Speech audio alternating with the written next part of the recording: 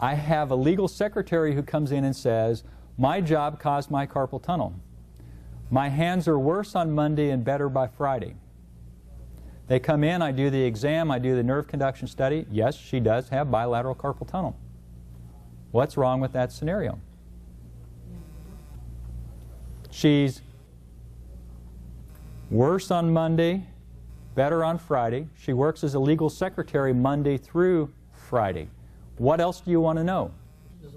What does she do on the weekend? Of course. Oh, she and her husband have a firewood business, and she uses a chainsaw and cuts firewood.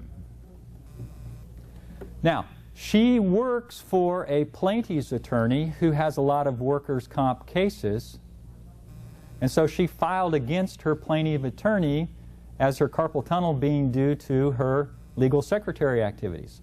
So, now as the physician, what was my opinion?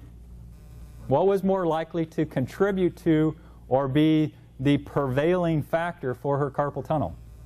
She works for a lawyer. She works for a lawyer. No, that wasn't my opinion. My opinion was probably the chainsaw. Okay, because of why? Because of the risk factors that we talked about. Now, that was my opinion. That's what I testified to. The judge, in his or her wisdom, then said what? Thank you, Dr. Melhorn, but I happen to know that the keyboard is the cause, and therefore I'm determining that this is a work-related bilateral carpal tunnel caused by keyboard activities. Science, social justice.